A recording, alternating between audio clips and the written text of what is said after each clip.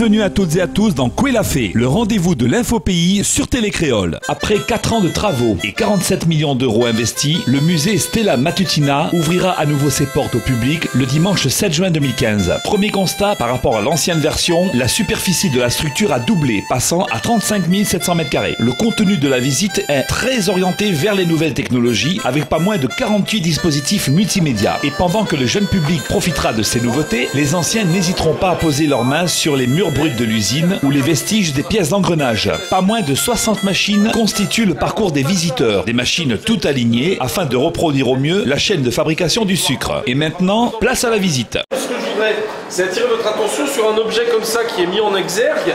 Bon, il est là pour parler, bien sûr, d'un phénomène qui marque l'histoire de l'île. Ce qu'on a voulu faire, c'est rendre ce type d'objet accessible à tout le monde. Le chantier a démarré en février 2012. Le site, le musée, faisait un peu moins de 4000 m². Tout était concentré dans le volume du musée. La partie ancienne a été complètement revue, complètement redéployé le musée sous une forme nouvelle. Et puis les bâtiments neufs construits sur la partie sud ont accueilli l'amphithéâtre, la salle de documentation, la salle d'exposition temporaire et puis toute la partie accueil.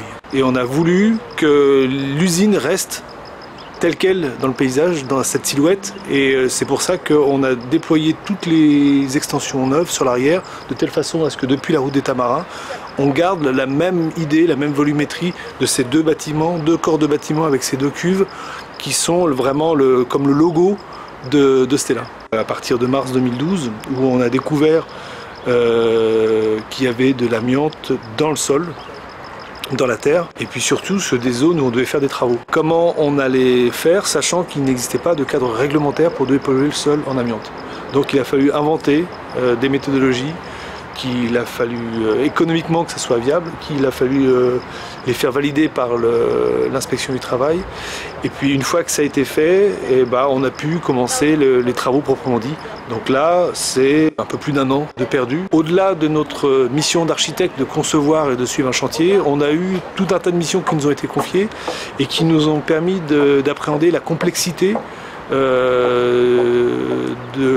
la genèse d'un musée. Et là, on est vraiment rentré dans l'esprit du musée par tous les côtés. Non pas que le bâtiment, mais par le bâtiment, le déménagement, la dépollution, la restauration, la muséographie. Vraiment, on a cerné tous les sujets. Et vraiment, c'était chronophage, stressant, fatigant, mais passionnant. C'est un investissement important, plus de 40 millions d'euros, 47 millions d'euros exactement, qui ont été consacrés donc à la rénovation, réhabilitation et extension donc, du musée de Stella Matutina, le nouveau musée de Stella Matutina. Il a fallu 4 années, avec toutes les difficultés que l'on peut rencontrer sur un chantier de cette importance, donc pour faire en sorte qu'aujourd'hui il y ait donc un site exceptionnel qui est à nouveau ouvert au public, aux Réunionnais, à tous ceux qui de l'extérieur voudront découvrir également cette histoire du sucre, de l'usine, ce passage et ce travail qui était mené par les hommes ici et qui permet donc d'avoir un lieu de mémoire et un lieu de vie et un lieu de transmission aussi, puisque une part importante sera consacrée progressivement aux jeunes, donc à la jeunesse réunionnaise, notamment à travers les expositions temporaires. Bien sûr, c'est l'un des éléments particuliers que le président de l'SPA, Jean-François Cita, qui a porté ce projet de bout en bout depuis le départ,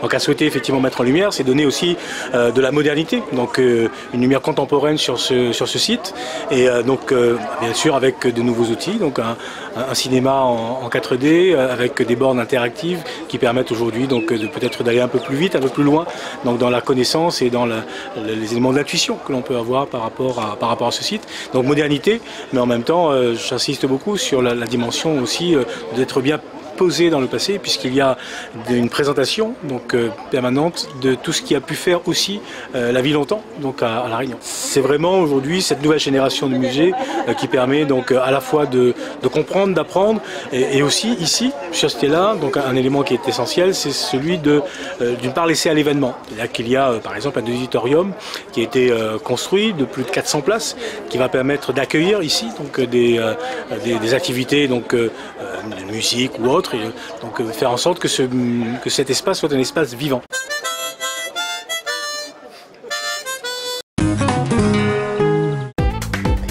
Dixième édition du Net Managers, l'IRT recevait les intervenants de la communication sur le web Eventis et Digital Réunion. Faire encore plus en informant pour positionner la Réunion au niveau des hubs voyages. La communication touristique dans le monde passe obligatoirement par l'Internet et le Web 2.0. Les intervenants au micro de Télé Créole. En fait, nous sommes partenaires donc de l'IRT pour tout ce qui concerne l'e-tourisme. En fait, c'est la partie où on utilise les technologies web, Internet, mobile, pour faire la promotion des services touristiques et des offres touristiques de la Réunion. L'idée, c'est tout simplement que ces offres rencontrent leur clientèle, que ce soit en local ou alors naturellement en dehors de la Réunion, en métropole, en Europe, en Chine, pourquoi pas. J'allais dire aux visiteurs en général, tous ceux qui sont intéressés par la destination, ce sont des technologies qui leur permettent de voir de près la destination, de la découvrir. Par exemple, si vous voulez voir où en est le volcan, quel temps il fait à la Réunion, comment est votre hôtel, la plage où vous allez vous rendre, les repas que vous allez pouvoir prendre, donc tout ça, vous le savez un petit peu en avance. Alors il faut laisser un petit peu de surprise quand même pour le touriste, mais ces outils vous en disent beaucoup et sont de nature à vous convaincre de rejoindre la Réunion pour vos vacances. Depuis que la région Réunion, l'IRT, les professionnels se sont intéressés à l'utilisation finalement du digital pour le tourisme, la Réunion a pris de l'avance sur le sujet. Il faut savoir que nous étions la première destination à mettre en place une plateforme, en tout cas en France, une plateforme de ce type-là, donc à la fois système de réservation, système d'information, entièrement sur le net.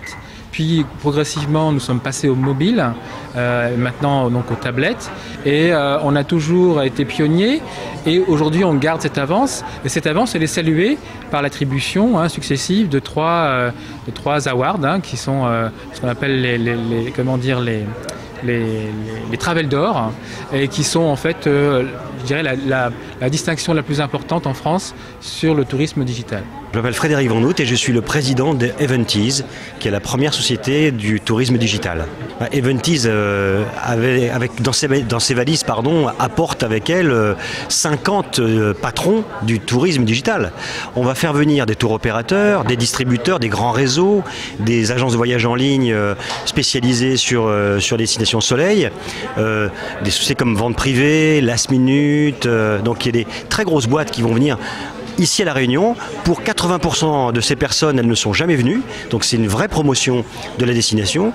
Et puis tout ça autour d'un élément qui nous rapproche avec La Réunion, c'est le digital, puisque La Réunion est une des destinations les plus digitales au monde.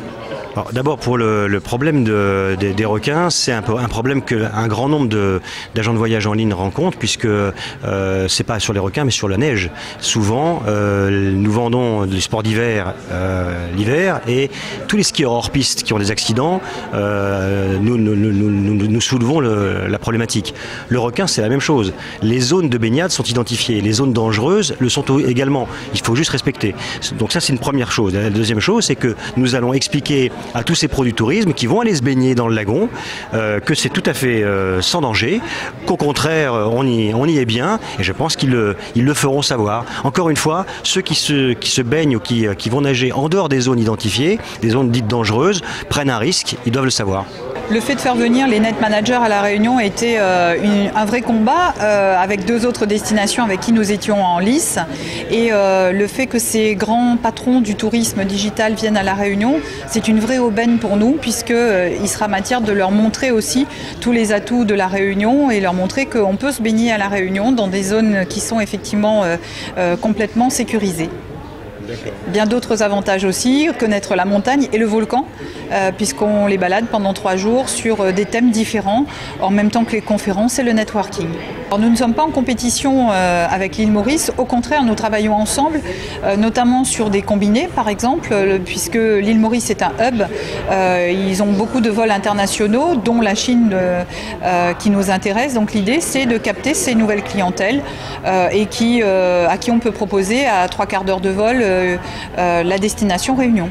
Alors, il est encore trop tôt pour sortir des chiffres pour 2015, mais les tendances nous montrent qu'effectivement nous sommes en progression.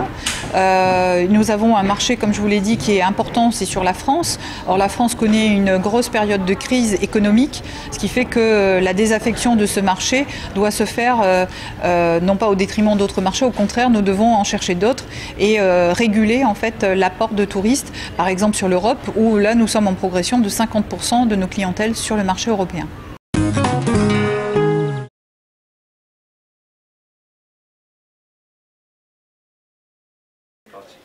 Armada Réunion organise ce vendredi 5 juin à partir de 20h un concert humanitaire avec Eric Mannana et Jenny. Pourquoi exactement ce concert ? Alors ce concert, parce que au fait, dans le sud de la Grande Île, il y a ce qu'on appelle le kéré, donc c'est la famine par manque d'eau.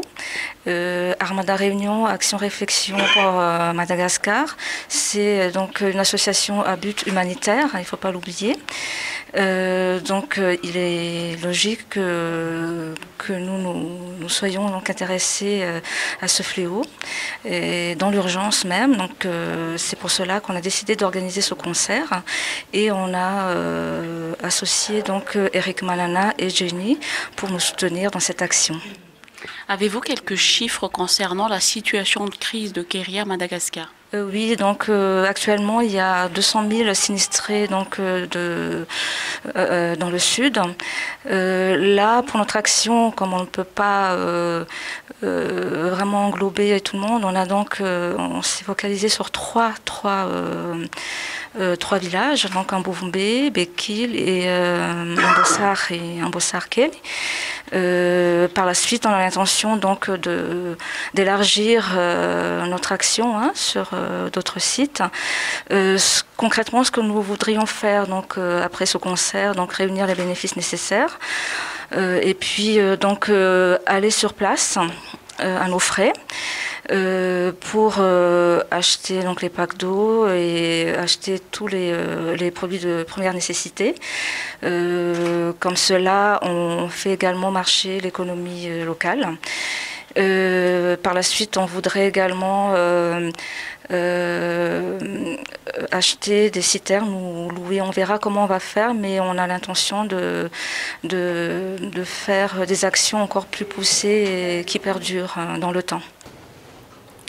Eric Mannana et Jenny, vous êtes à La Réunion pour un concert humanitaire. Pourquoi avoir accepté ce concert humanitaire ? Tout simplement parce que je suis malgache et que je me sens concerné par rapport à cette action. Et on n'a pas hésité une seconde quand on a vu que c'est l'association Armada, une association très sérieuse. Et puis voilà.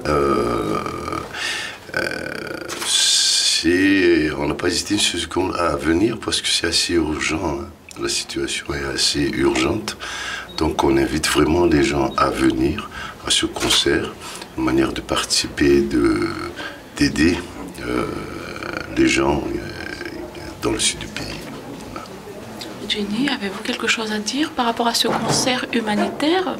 C'est un grand plaisir. En fait, c'est un grand plaisir parce que c'est vrai que Madagascar,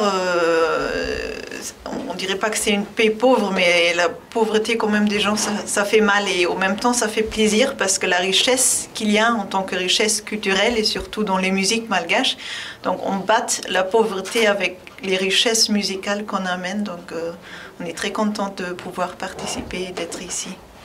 Avez-vous déjà participé à une autre action humanitaire, à part ce concert humanitaire? Avez-vous déjà participé à d'autres actions humanitaires pour Madagascar?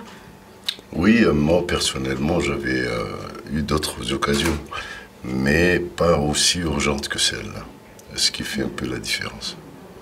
Oui, au fait, moi aussi, ce que je sais, c'est peut-être dans l'esprit de l'échange, d'amener les richesses culturelles de Madagascar aussi chez nous en Europe, par exemple chez moi en Allemagne, d'inviter vraiment aussi les Piragas ou d'autres musiciens pour montrer aux autres aussi, pas seulement qu'il y a toujours des mauvaises nouvelles qui arrivent dans les journaux, mais qu'il y a aussi de la valeur de la richesse et un trésor qui existe sur l'île. Donc promouvoir aussi ce côté-là. Donc ça aussi, c'est un peu ma lutte à moi, voilà, de promouvoir cette richesse et cette culture malgache. Une dernière conclusion donc, concernant cette soirée ou concernant ce concert humanitaire. On invite les gens à venir sans hésitation.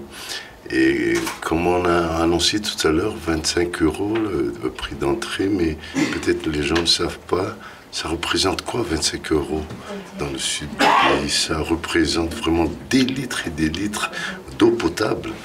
Et vous pouvez effectivement sauver des vies.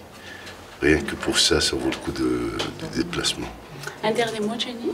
Oui, au fait, Madagascar, c'est un pas d'ici. Au fait, on se rencontre pas. Pour moi, en fait, c'est la première fois à l'île de la Réunion. Et pour moi, ça fait un effet bizarre aussi d'arriver de Madagascar et de réaliser. C'est aussi proche, mais un monde quand même très, très différent qui a besoin de notre aide. Donc, oui, moi aussi, j'invite tout le monde à venir. Et pour moi, ça, c'est un grand plaisir parce que, comme j'ai dit, c'est la première fois à l'île de la Réunion. Donc, j'ai envie de rencontrer les gens d'ici. Donc, venez nombreux, s'il vous plaît. Et voilà, Armada Réunion vous invite donc ce vendredi 5 juin à partir de 20h pour le concert humanitaire avec Eric Mann et Jenny à Saint-Paul au parc Oméga. C'était Muriel Prunier pour Télécréole. C'est ainsi que se termine l'édition de ce jour de Koué la Fée. Merci de l'avoir suivi et rendez-vous demain soir à 18h45 sur Télécréole.